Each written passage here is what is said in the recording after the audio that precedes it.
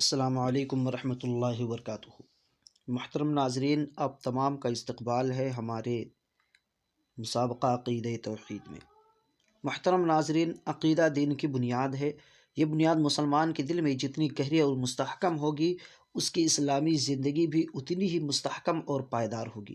اللہ پر ایمان، اس کی وحدانیت کا اقرار، اس کی عظمت و کبریائی، حاکمیت و قدرت مطلق ہونے کا احساس جس قدر دل و دماغ پر قائم رہے گا، مسلمان اپنی ایمانی زندگی کے ہر میدان میں مستحکم رہے گا۔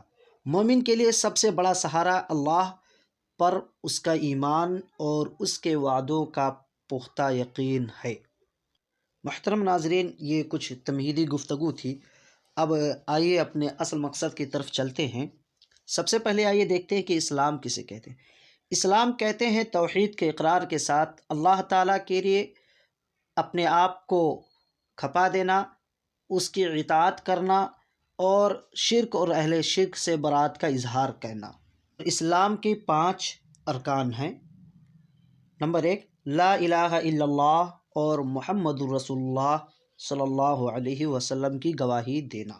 نمبر 2، نماز قائم کرنا۔ نمبر 3، زکوٰۃ ادا کرنا۔ نمبر 4، بیت اللہ کا حج کرنا۔ نمبر 5، ماہ رمضان کے روزے رکھنا۔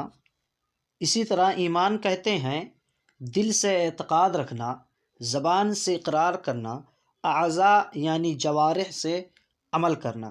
ایمان اللہ کی اطاعت سے بڑھتا ہے اور نافرمانی سے گھٹتا ہے۔ ایمان کے 6 ارکان ہیں۔ نمبر 1، اللہ پر ایمان لانا۔ نمبر 2، اس کے فرشتوں پر ایمان لانا۔ نمبر 3، اس کی کتابوں پر ایمان لانا۔ نمبر 4، اس کے رسولوں پر ایمان لانا۔ نمبر 5، آخرت کے دن پر ایمان لانا۔ نمبر 6، اچھی اور بری تقدیر پر ایمان لانا۔ محترم ناظرین، ہمارا مسابقہ عقیدہ توحید پر ہے، یعنی کہ اللہ پر ایمان لانا۔ تو چلیے سب سے پہلے ہم دیکھتے ہیں کہ عقیدہ توحید کہتے کسے ہیں، توحید کا معنی کیا ہے۔ تو توحید یہ باب تفعیل سے وحد یوحد توحیداً سے مشتق ہے، جس کا معنی ہے ایک ماننا، ایک گرداننا۔ اور توحید کی شرعی تعریف یہ ہے کہ اللہ رب العالمین کو ان تمام اوصاف میں یکتا اور تنہا قرار دینا جن کا وہ سزاوار ہے اور جو اس کا خاصہ ہیں، اور قطعی اعتقاد رکھنا کہ اللہ رب العالمین ہر چیز کا رب ہے، اس کا مالک ہے، اس کا خالق ہے، اس کا رازق ہے، وہی ہے جو اکیلا عبادت کا مستحق ہے، اور وہی ہے جو تمام صفات کمال سے متصف ہے، ہر نقص اور عیب سے پاک و صاف ہے۔ ساتھ ہی ساتھ اس کو لازم پکڑنا اور اس پر عمل کرنا توحید کہلاتا ہے۔ توحید کی 3 قسمیں ہیں۔ نمبر 1، توحید ربوبیت۔ نمبر 2، توحید الوہیت۔ نمبر 3، توحید اسماء و صفات۔ توحید ربوبیت یعنی اللہ رب العالمین کو پیدا کرنے میں ایک ماننا، اللہ رب العالمین کو تنہا ماننا کہ وہ پیدا کرتا ہے، روزی دیتا ہے، حکومت کرتا ہے اور تدبیر کرتا ہے۔ اللہ رب العالمین ہی ہے جو زندہ کرتا ہے، جو مارتا ہے، اور اس توحید کا اقرار مشرکین نے بھی کیا۔ اس کی دلیل اللہ رب العالمین کا یہ قول ہے، وَلَئِن سَأَلْتَهُم مَّنْ خَلَقَ السَّمَاوَاتِ وَالْأَرْضَ لَيَقُولُنَّ اللَّهُ۔ یہ سورہ زمر کی آیت کریمہ ہے۔ اس کا ترجمہ ہے، اور اگر آپ ان سے پوچھیں کہ آسمان و زمین کو کس نے پیدا کیا، تو یقیناً وہ جواب دیں گے کہ اللہ نے۔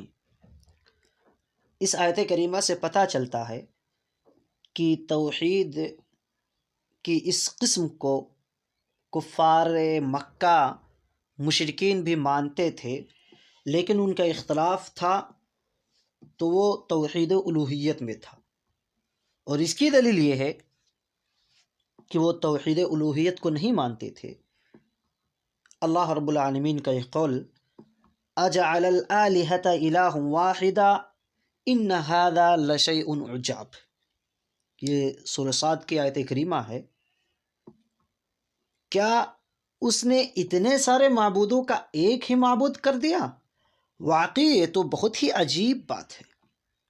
پتہ چلا کہ جب اللہ کے نبی صلی اللہ علیہ وسلم نے فرمایا کہ لوگو تم ایک اللہ کی عبادت کرو، ایک اللہ کی طرف آؤ، اور وہی تمہارا خالق ہے، رازق ہے، مالک ہے، پالنہار ہے، وہی عبادت کے لائق ہے، عبادت کا مستحق ہے، اس کے علاوہ کوئی نہیں، تو وہ کہنے لگے کہ کیا اس نے ان اتنے سارے معبودوں کو ایک ہی معبود کر دیا ہے؟ ہم لوگ تو کئی طرح کے خداؤں کو پوجتے تھے، مانتے تھے، لیکن اس نے تمام کو ایک کر دیا کہ ایک ہی معبود ہے، ایک ہی اللہ ہے، ایک ہی رب ہے، اب کیا کریں؟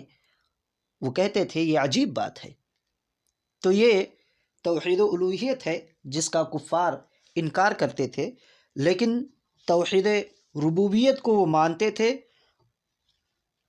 اور اس کی دلیل پیچھے گزر چکی ہے۔ آئیے دیکھتے چلیں توحید الوہیت کی تعریف۔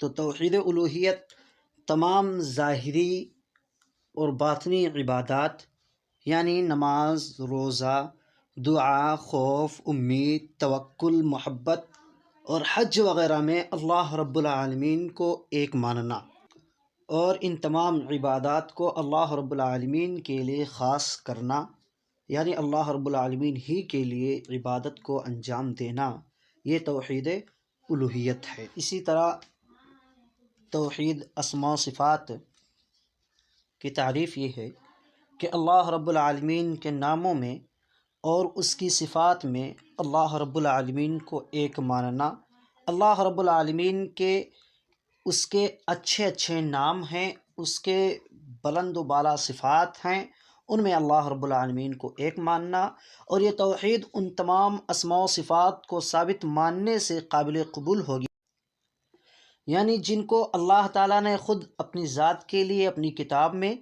یا رسول اللہ صلی اللہ علیہ وسلم کی زبان مبارک سے کہلوایا ہے، اور بغیر ان اسماء و صفات کے معانی کو بدلے ہوئے، بغیر ان کے معانی کو ختم کیے ہوئے، بغیر ان کی کیفیت بتاتے ہوئے، اور بغیر ان کی مثال دیتے ہوئے ان کے معانی کو ثابت کر ان کو اسی طرح جاری کرنا جس طرح وہ وارد ہیں۔ مثال کے طور پر اللہ رب العالمین کا ہاتھ، اس کا چہرہ، یہ تمام چیزیں جو قرآن و حدیث سے ثابت ہیں، اس میں بغیر تعویل کے ان کا جو اصل معنی ہے اس پر ایمان لانا، یہ توحید اسماء و صفات ہے، اللہ رب العالمین کی صفات ہیں۔ محترم حضرات، دوبارہ انشاءاللہ تعالی ان تینوں قسموں پر تفصیلی گفتگو ہوگی، اور یہاں پر ایک بات بتاتا چلوں کہ گروپ میں بھیجے جائیں گے، گروپ میں بھیجے جائیں، آپ حضرات جلد سے جلد اس کو سنیں، اور ہو سکے تو کاپی قلم لے کر بیٹھیں، اور جو نوٹ کرنے کی چیزیں ہیں اس کو نوٹ کر لیں، اور جو آپ کو لگے کہ یہ سوال میں پوچھا جا سکتا ہے اسے نوٹ کر لیں۔ اس کے بعد پھر انشاءاللہ تعالی عصر بعد یا فوراً مغرب بعد سوالات بھیج دیے جائیں گے، اور جو چیزیں گروپ کے اندر بتائی گئی ہیں اسی کے تعلق سے سوالات اسی طرح سے ہوں گے۔ اور یاد رکھیں آپ کو سبمٹ کرنا ہے، یہ نہیں کہ ہم اسکرین شاٹ لے کر کے جواب کا اور میرے پرسنل پر بھیج دیں، ایسا نہیں، چونکہ بعض لوگوں نے اس طرح سے کیا ہے جب نام اور پتہ پوچھا گیا تھا۔ تو بہرحال اس کا خیال رکھیں، وہاں نیچے سبمٹ کا آپشن آئے گا، پھر وہاں پر آپ حضرات کو سبمٹ کرنا۔ آج یہ پہلا دن ہے جس کی وجہ سے جو مختصر بنائی گئی ہے، ہو سکتا ہے ویڈیو آئندہ 15 سے 20 منٹ کی ہو، کوشش یہی ہوگی کہ کم سے کم ہو، کم سے کم وقت بھی لگے، اور اچھے طریقے سے جو یہ مسابقہ ہو رہا ہے اللہ رب العالمین اختتام تک پہنچا دے۔ انشاءاللہ تعالی پھر کل ہم آپ لوگوں سے ملاقات کرتے ہیں۔ السلام علیکم ورحمۃ اللہ وبرکاتہ۔